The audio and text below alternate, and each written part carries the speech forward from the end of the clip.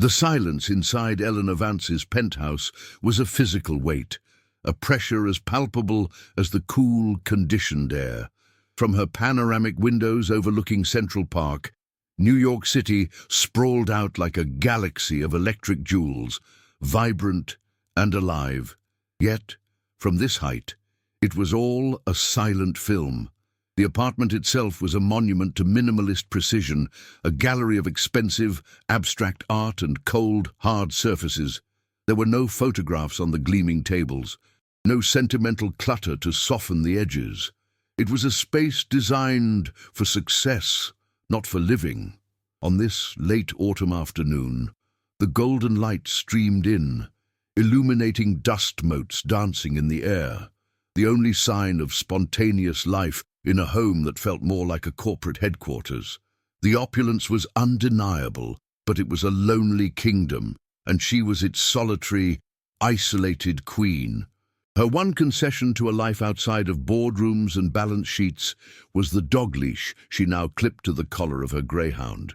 The daily walk was a ritual, a brief, structured escape from the sterile perfection she had built around herself. Dressed in an impeccably tailored power suit that served as both uniform and armor, Eleanor moved with a rigid grace, her expression a carefully maintained mask of control. The crisp autumn air hit her face as she stepped onto the Tribeca street, a welcome shock of reality. The scent of roasted nuts from a street vendor, the distant wail of a siren, the murmur of conversations she passed. These were the sensory details that reminded her she was part of a living city, even if she felt completely disconnected from its pulse. It was a routine that brought a sliver of comfort, a predictable path in a world she otherwise ruthlessly managed. On her usual route, she passed an old brownstone, its handsome but weathered facade a stark contrast to the modern glass towers nearby. An iron fence, ornate and rusted in places, enclosed a small yard where a handful of children played. Their shouts and laughter were a chaotic symphony that Eleanor typically tuned out. But today, her gaze was drawn past the running, screaming pack to a small figure sitting alone by the bars.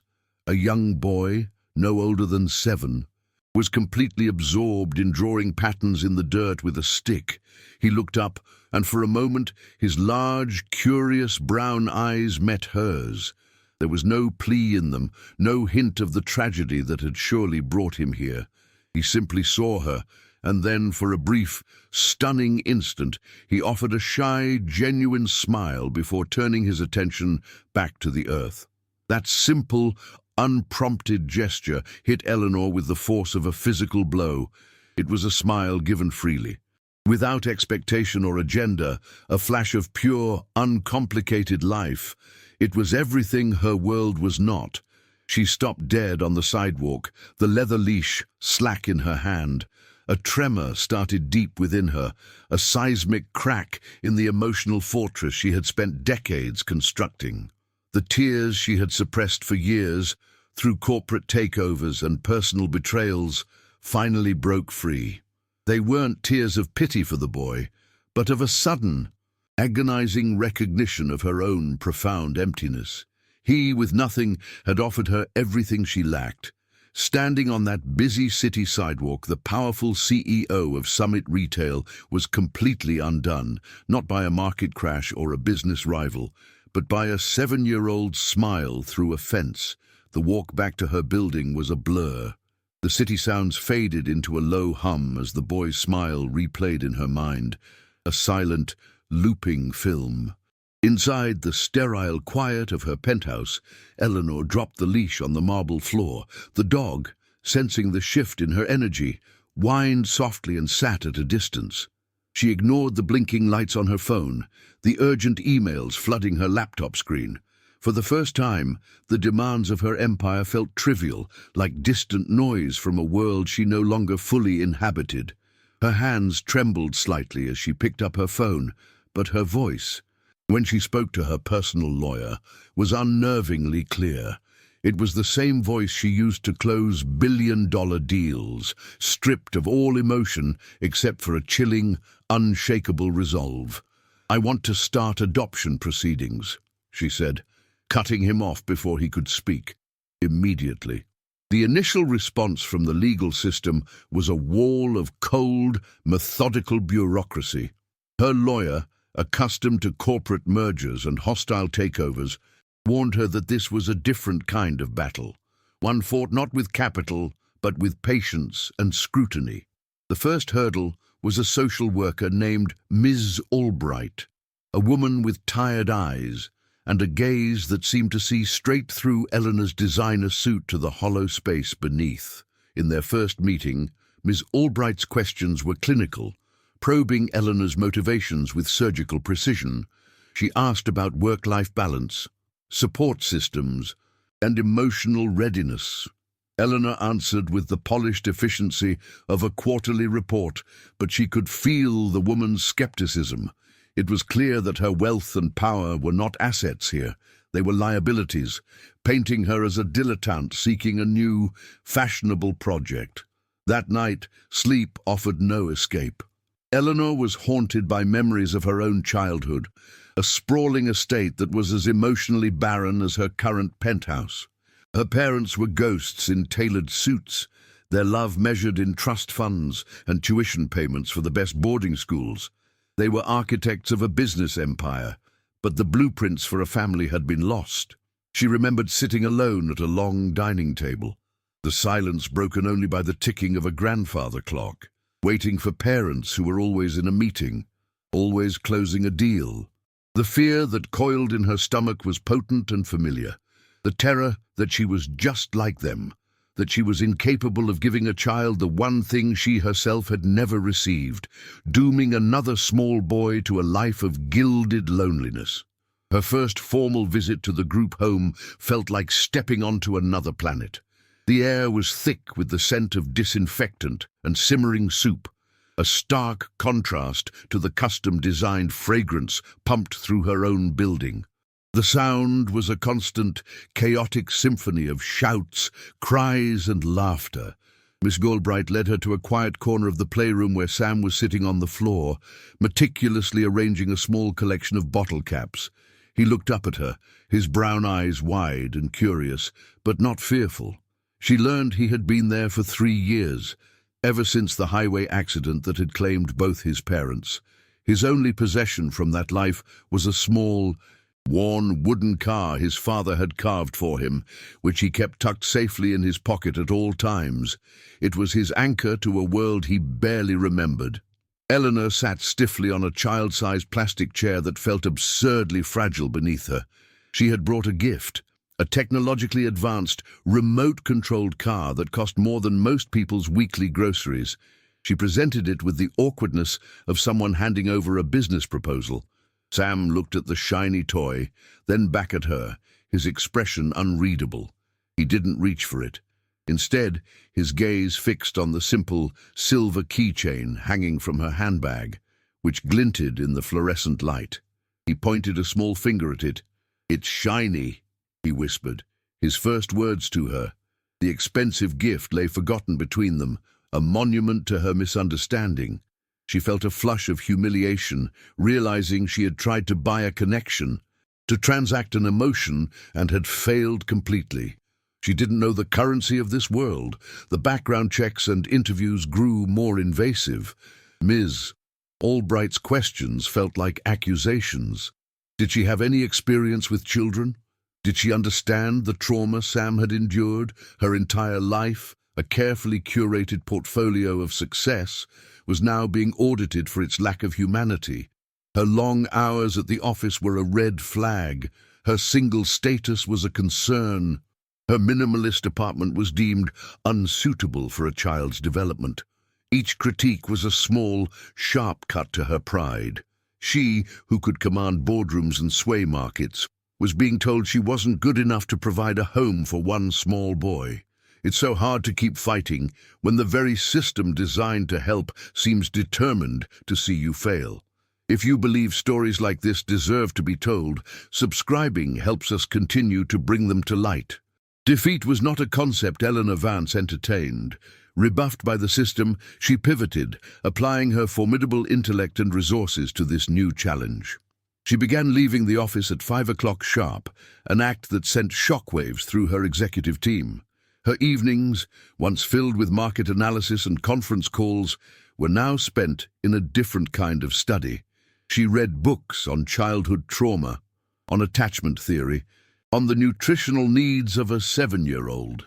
She ordered a small rug, brightly colored, for the living room and a set of simple wooden building blocks. It was a calculated, strategic campaign. She was learning the language of this new world, not yet out of love, but out of a fierce, desperate need not to fail. Her home began to look a little less like a museum and a little more like a place where life could happen. On her next visit, she brought no gifts. She simply sat on the floor, a few feet from Sam, and watched him draw patterns in a tray of sand. After a long silence, she asked him what he was drawing. "A road," he said quietly, not looking up. "For my car." Eleanor didn't press. She just sat with him in the quiet, offering her presence without expectation. After a few more minutes, he pulled the small wooden car from his pocket and showed it to her. "My dad made it," he said, his voice barely a whisper. He was good at making things. Eleanor felt a crack in her own armor. She saw not a problem to be solved or a project to be managed, but a little boy who missed his father. "It's a beautiful car, Sam," she said softly, and for the first time, the words felt completely true. The news of her personal project eventually reached the ears of the Summit Retail Board of Directors. The chairman, a man who had known her father, requested a private meeting. He spoke in condescending, paternalistic tones about her emotional state and the potential distraction this adoption attempt represented. He suggested a leave of absence, framing it as a kindness. But the message was clear. Her perceived vulnerability was a threat to the company's bottom line. They saw her quest not as an act of compassion, but as a flight of fancy, a crack in the perfect, ruthless facade of their CEO. The pressure was immense. She was being asked to choose between the empire she had inherited and the fragile hope for a future she was just beginning to imagine for herself, a future with a small boy and his wooden car. The first weekend visit was a disaster. Sam was brought to the penthouse, a silent, cavernous space that seemed to swallow him whole. He walked on the tips of his toes, afraid to touch the pristine white furniture or make a sound that might echo against the glass walls. Eleanor tried to make him feel at home, showing him the room she had prepared, but he just stood in the doorway, clutching his small backpack. That night, the screams started.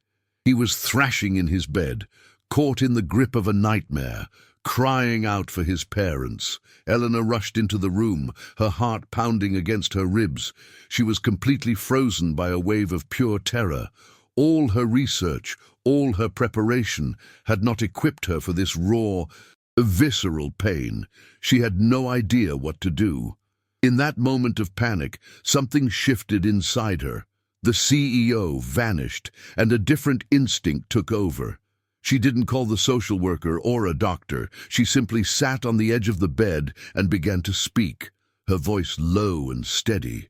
She didn't offer false reassurances.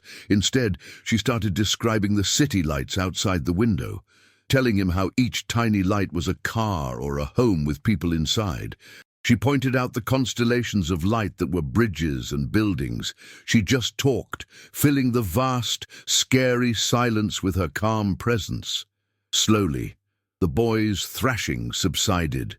He opened his tear-filled eyes and looked at her.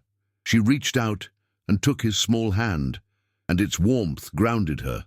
I think this was the moment she realized she wasn't just trying to save him. She was finally learning to save herself.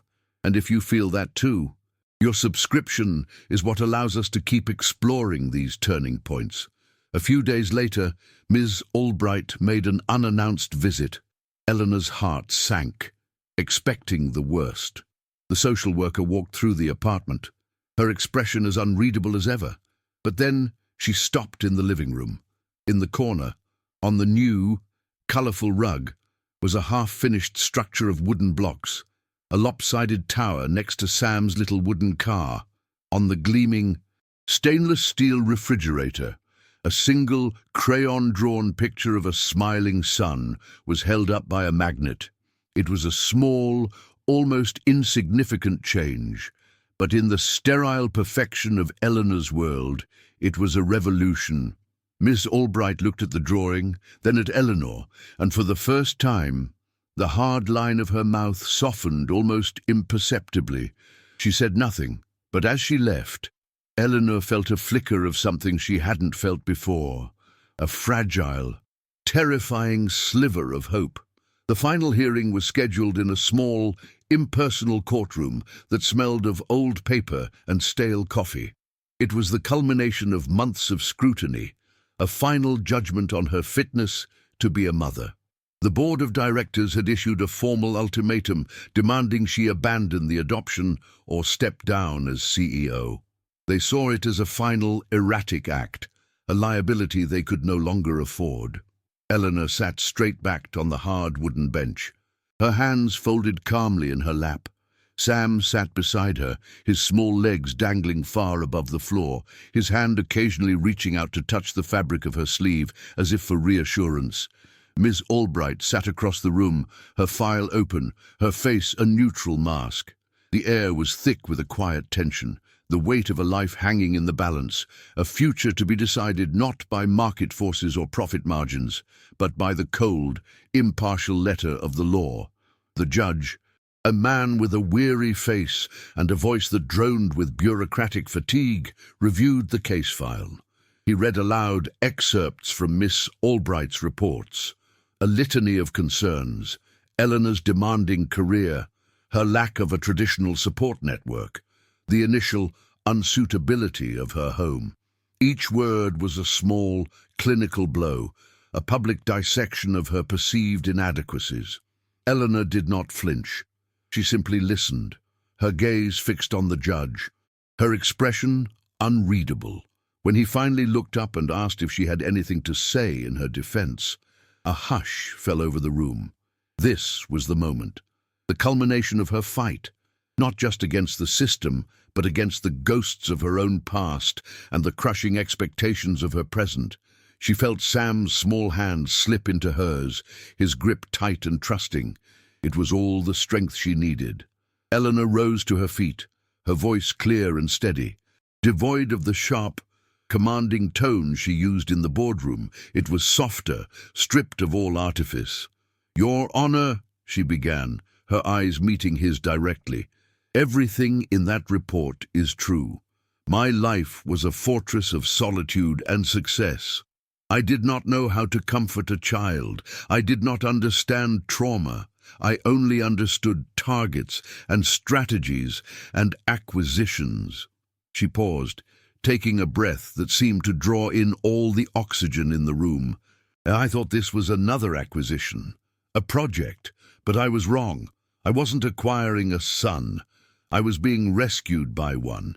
He has taught me that a home is not built with steel and glass, but with crayon drawings on a refrigerator. He taught me that success is not a stock price, but the sound of a child finally sleeping peacefully after a nightmare." She then turned her gaze slightly, not quite looking at Sam, but including him in her words. "I cannot promise to be a perfect mother. I will make mistakes. I will have days where the demands of my job feel overwhelming, but I can make this promise." Her voice thickened with an emotion she no longer tried to hide. "I promise that he will never, for 1 second of his life, feel like he is second place to a business deal. He will never sit alone at a long table waiting for a parent who doesn't come home. He will be loved, fiercely, unconditionally, and completely. That is the only merger that matters to me now." She sat down, her statement hanging in the profound silence of the courtroom. Ms. Albright slowly closed her file, a single, decisive sound that echoed in the quiet room. The judge looked down at his notes, then at Eleanor, and finally at the small boy sitting beside her. He saw not a powerful CEO and a troubled orphan, but two people who had found each other in the wreckage of their separate lives. He cleared his throat, and the weariness seemed to have lifted from his face, replaced by something warmer. "Miss Vance," he said, his voice softer now, "the system is designed to find a suitable home for a child. It seems, in this instance, a child has found a suitable home for an adult." He stamped a document with a resounding thud. "The adoption is approved. Congratulations. You are now a family." The words were simple, bureaucratic, but for Eleanor, they were the sound of the entire world shifting on its axis. A final, quiet victory that had cost her an empire and given her everything. The gavel's fall did not unleash a dramatic celebration, but rather a quiet, profound shift in the universe of two people. Back in the penthouse, the silence that had once been a symbol of Eleanor's isolation was gradually replaced by new sounds. The soft scuff of small sneakers on marble floors, the faint hum of a cartoon on television, and most revolutionary of all, the echo of Sam's laughter. The minimalist fortress began to thaw. A vibrant, crayon-drawn sun, a masterpiece of 7-year-old art, took pride of place on the stainless steel refrigerator. A half-built tower of wooden blocks stood sentinel on the expensive rug.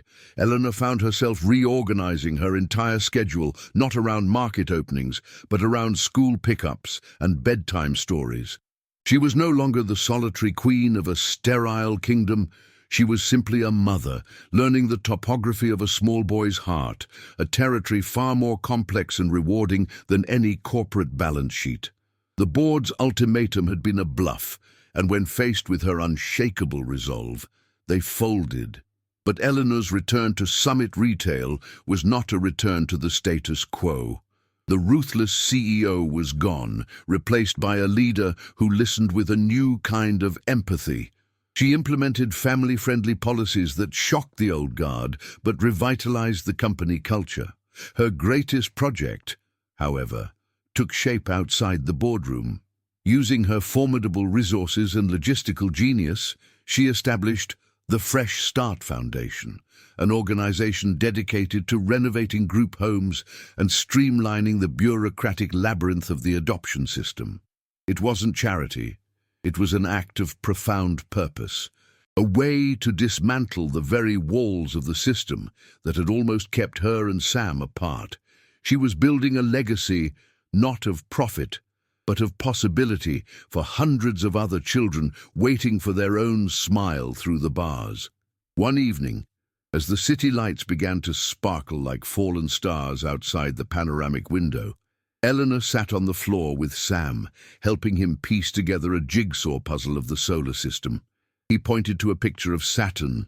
"Or could you think my dad ever saw it through a telescope?" he asked, his voice soft. The old Eleanor would have offered a factual, logical answer. The new Eleanor reached out and gently squeezed his shoulder. "I don't know, sweetheart," she said, her voice full of a warmth that was once foreign to her.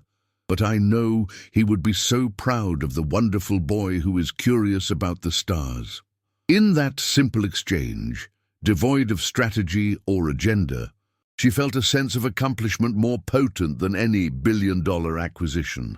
This was her true north, her greatest success, found in the quiet moments of shared wonder. Years from now, the story of the powerful CEO and the lonely boy would fade into the quiet rhythm of their life together. The penthouse, once a monument to emptiness, was now simply a home, filled with the messy, beautiful evidence of a family. Looking out at the sprawling galaxy of New York, Eleanor no longer saw a silent film of a world she couldn't touch. She saw a city of stories, of connections waiting to be made, of other Eleanors and other Sams needing only a single, brave moment to find each other. Their journey was a quiet testament that the most valuable things in life are not owned, but shared, and that a home is finally built not with wealth, but with unwavering love. It's a profound truth. And by subscribing, you help us keep sharing these powerful stories that connect us all.